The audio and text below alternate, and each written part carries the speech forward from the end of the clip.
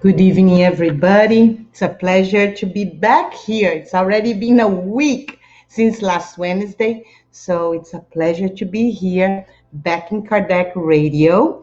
Tonight, we are also streaming on Love and Charity Spirit Center here in Orlando, Florida, where I am. So I'm very happy to be once again with you. Remember last week we talked about God. We went to the very first question of the Spirit's book, right? What is God? And in the end, towards the end, um, I invited everybody to meditate on what is God to you, right? What it is meant in your heart. Who is what is the God of your heart, of your understanding, of what supports you throughout life? And I got one of the answers from one of the viewers. They sent the following, and I said, ouch. It says, why embarking in the path of spirituality? What is the point of finding God anyway? So, fair point, right? Um, but the fact alone that you are asking that question means you are already in the path, right? The fact alone that we start asking these kind of philosophical questions, what is the purpose of us being here anyway? It shows that you are already in the path, wanting or not, liking it or not. We are all gonna be there or have been there or is there. Why? The Spirit's book has a nice concept in the law of worship. It's one of the natural laws and divine laws. So if you go to question 652, it says, does worship have its source in natural law? And the answer of the Spirit is, worship is part of the natural law because it's the result of an innate human feeling. This explains why worship is found in different forms throughout the world. So, independently of what your culture is, um, we all have this feeling innate in us, this need to find God. And maybe not awake right now for you, and it's okay, right? But we are all going to embark in this journey, wanting or not, sooner or later, for different reasons, in this incarnation or maybe in the next 10 ones. Because when you ask, what is the point of finding God? My question is, what is the point of not, right? What is the point of not to finding God? What is the point of living this life and not seeking a more real purpose of existence? And there is a great modern scientist, sociologist called Jonathan Haidt. If you can go to the TED Talks. He has great TED Talks. And he has one particularly about this need, this innate need. So he agrees with the Spiritism in that sense when he says that human beings are like homo duplex, that's how he calls, because we all have the need for transcendence. So this is what the Spirit's book is trying to tell us. It's innate. We see in every culture. We see in all the times during any time of our civilization, this need to transcend our lives, right? Our material life. So the materialistic point of view is respected, of course. But sooner or later, and I think for you that ask that, sooner than you think, because you are already um, thinking about it, you are already questioning what is the purpose of even embarking in it. That's already a start. We can't escape, it's innate. Whoops. But that brought me thinking what we could talk about it today. And I thought about it's a very religious term, but it brought me to one of the tenets of the Spiritist doctrine. It says, without charity, there is no salvation. Without charity, there is no salvation. And it brought me back then. Why try to find in God anyway? Why this need that we have to find salvation?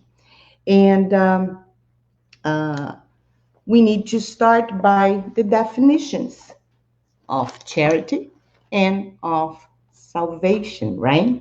So I'm going to borrow from this is a dictionary that I use, Holman Illustrated Bible Dictionary. This dictionary I use for my gospel studies, and it's very helpful. And I went after this term salvation, because after all, it's such a basic tenet from our doctrine, right? It's saying without charity, there is no salvation, there is no freedom, there is no enlightenment, there is no possibility of awakening. So let's see what salvation means, since it's such a religious term, right? So let's go to the Bible dictionary. And it says salvation. I'm going to, of course, just read a few. One of the key concepts of God's revelation to humanity. The biblical idea of salvation involves three notions. First is the rescue from danger, harm, or even death of an individual, group, or nation.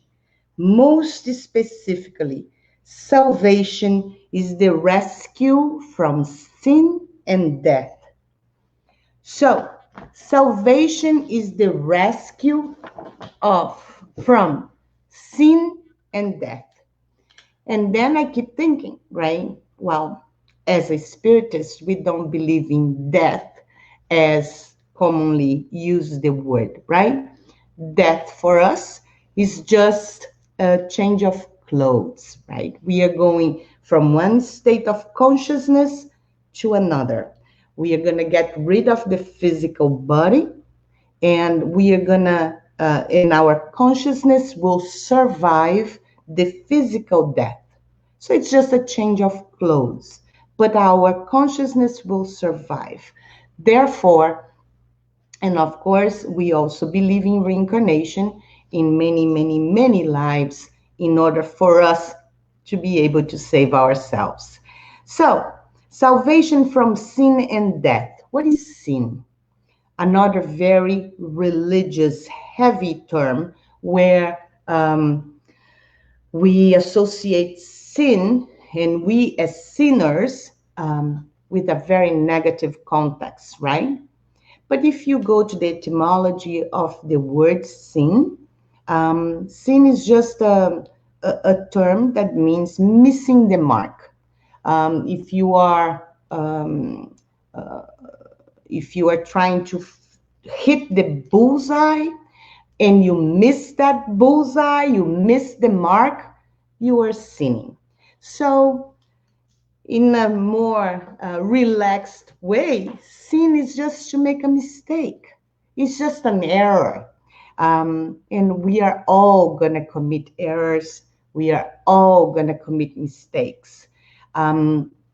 So salvation from sin and death would not be enough for us. So when you keep going the definition of the dictionary, you are going to find scripture explains that humanity fell from the original condition of moral purity into the state of sin. And then comes God's salvation to renew the spirit of a person to lead a life that's morally pleasing to Him. So it's the restoration of this relationship with God. That's more like what Spiritism is going to bring us, this reconnection with the divine, this reconnection with God, this reconnection with the sacred. Um, so, this renewing of the spirit is the part of salvation that interests us and aligns itself with the definition that Kardec comes up with. There is no salvation without charity. So, theologically speaking, salvation can be reached to escape sin and death, can be reached by faith or by deeds. And Kardec comes with the third option, by charity. So, our brothers Protestants believe that faith saves us. Our Catholic brothers believe that's more from your deeds. So you do good deeds, you reach salvation. And the Spiritism says that without charity, there is no salvation. So in order to reach this kind of freedom, we have to exercise charity. I'm going to bring a text from Deepak Chopra that relates to that, right? Freedom is all encompassing. It brings you into God's presence by releasing you from the illusion that you live behind walls.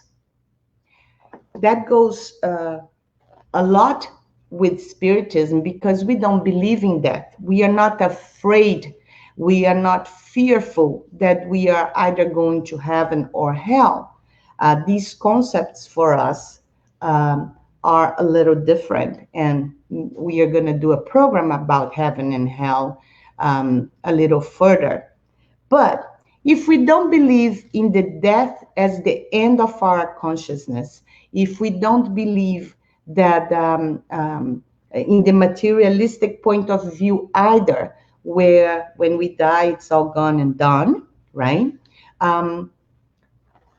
There is the reason to search for a salvation in our process of living.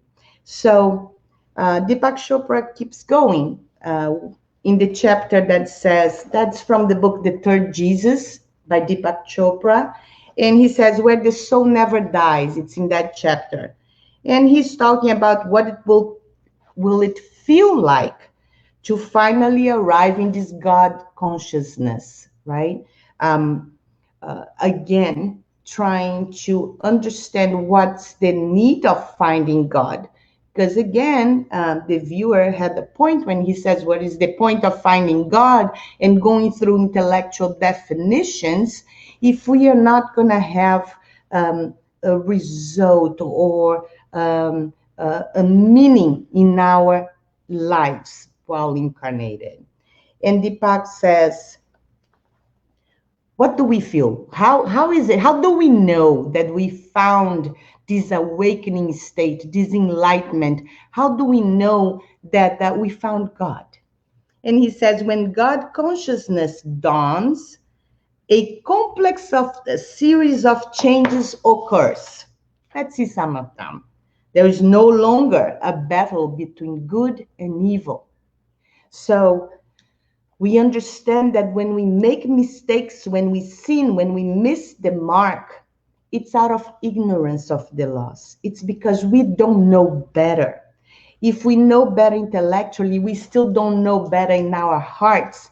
Because when we do know better, we just change. It's a natural occurrence, right?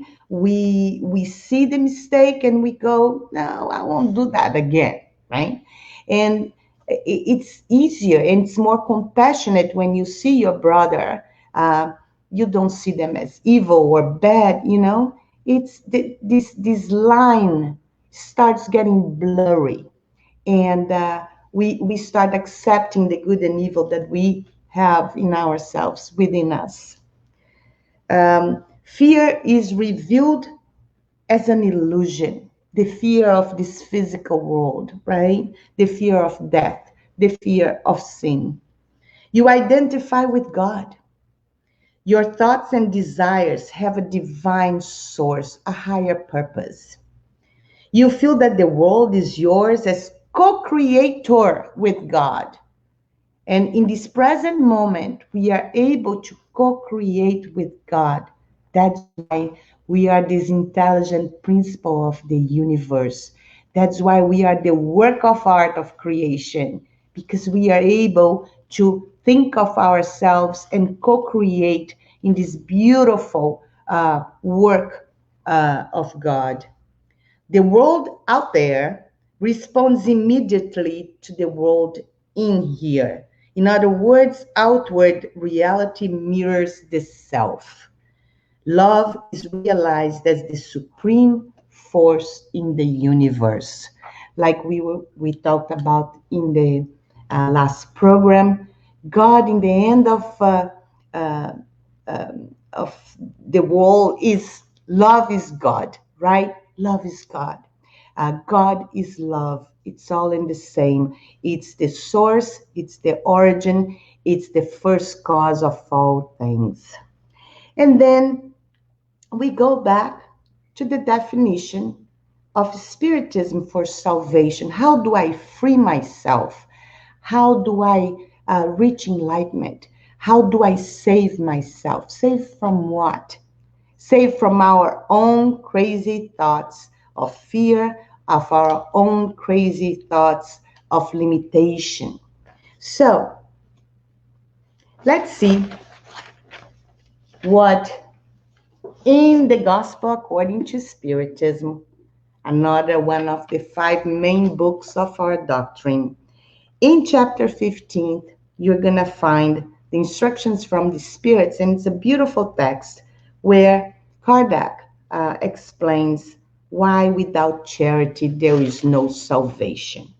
So before we get into that, we need to go through another um, explanation or another definition for us to understand this sentence. What is charity? Commonly, we think charity is to giving money, right? Giving alms.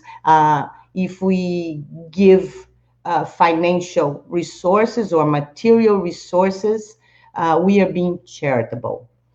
This is only one side of charity according to Spiritism. Charity for Spiritists are trifecta. And we find exactly the definition of charity because it's fundamental. After all, without it, there is no hope for us. In the Spirit's book again. So I hope you have your Spirit's book with you because we keep going back to it, right? And we are going to find that in question 886. That's so important for us. 886. Let me see, where is it? What is the true meaning of the word charity as used by Jesus? Question 886 of the Spirit's book. And the answer of the Spirits is so profound.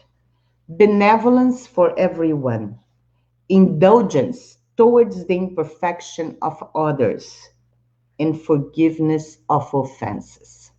So we need to conquer three things only in life in order to be saved: benevolence for everyone, indulgence towards the imperfections of others, meaning acceptance, and forgiveness of offenses. So we need to conquer within us these three um, um, pillars of the definition of charity. So it's not only material charity that Spiritism is talking about. Let's see benevolence towards others. Thomas Merton, he's a writer who wrote No Man is an Island. He has a beautiful description. He says, in the economy of divine charity, we have only as much as we give. Did it sink in? In the economy of divine charity, we have only as much as we give. So, um, giving and receiving are part of the same thing. You can't separate.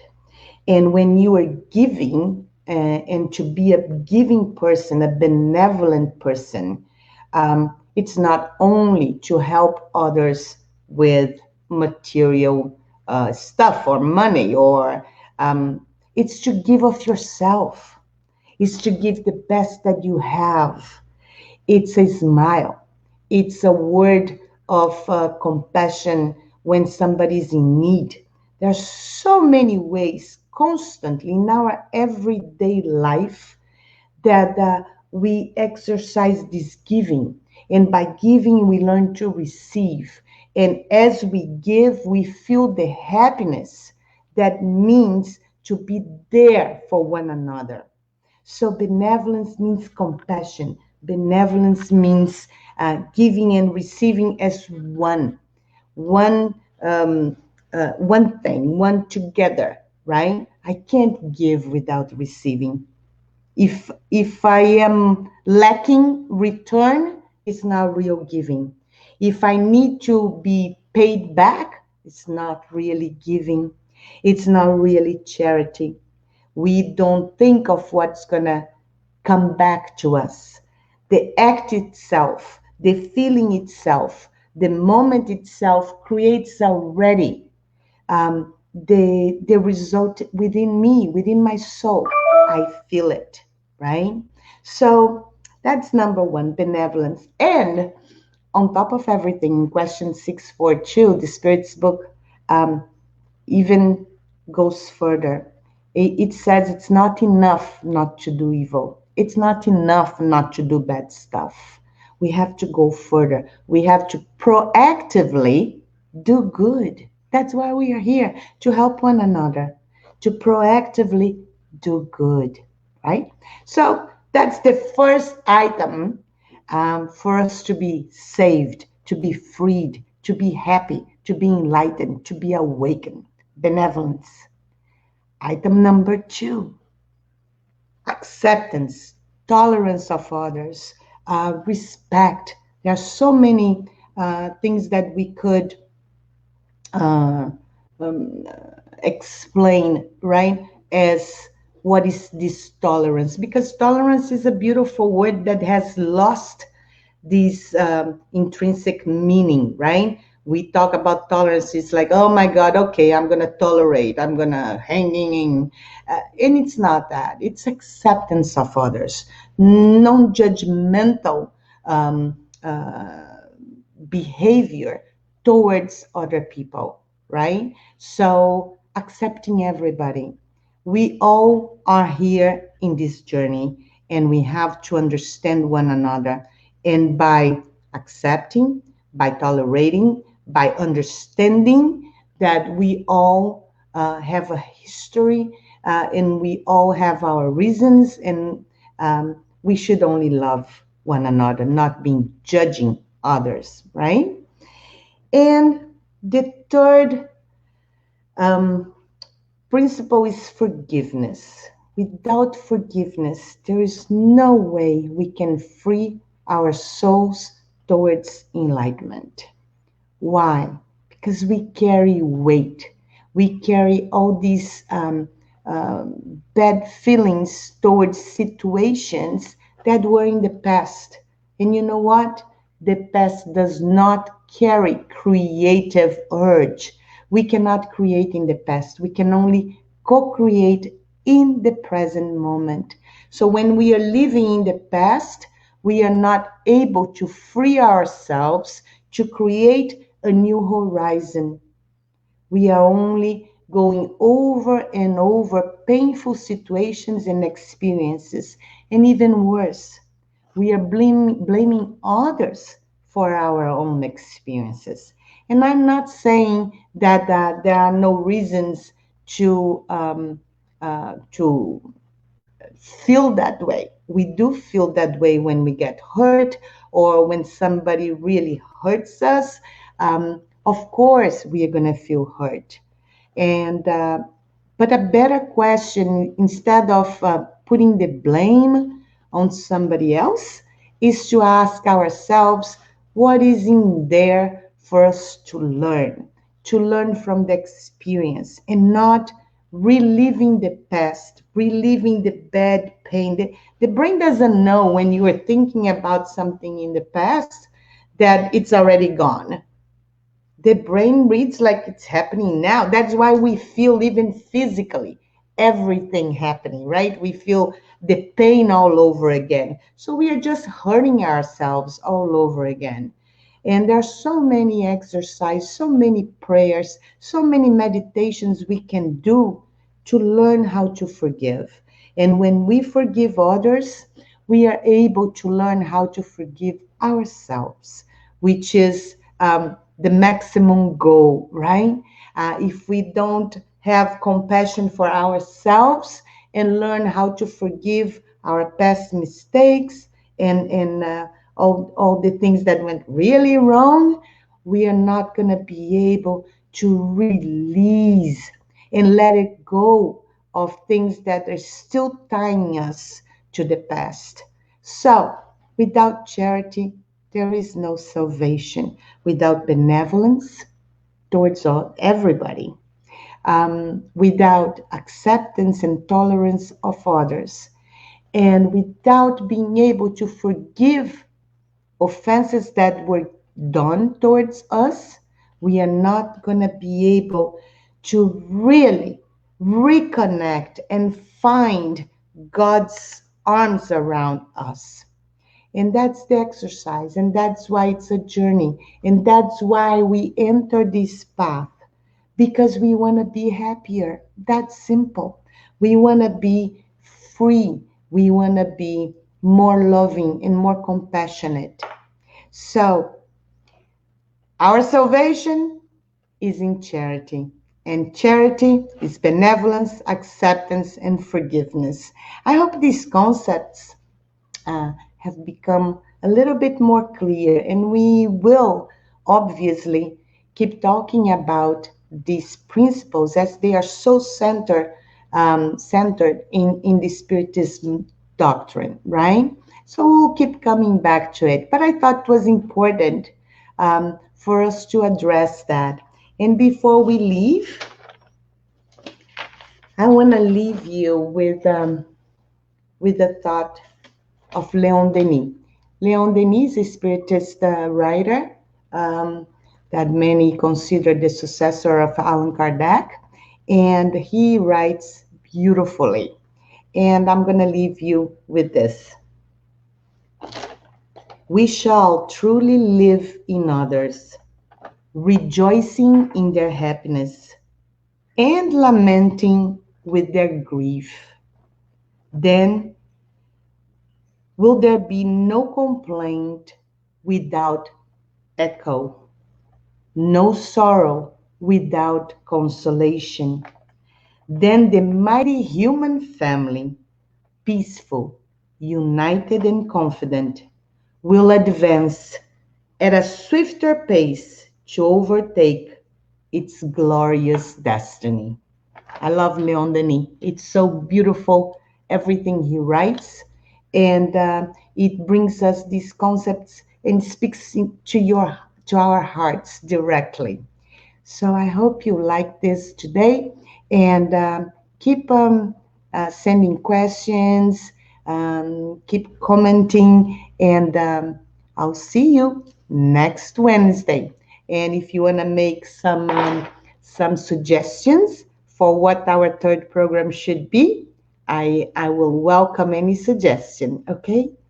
So stay in God, stay in peace. Without charity, there is no salvation. Bye bye.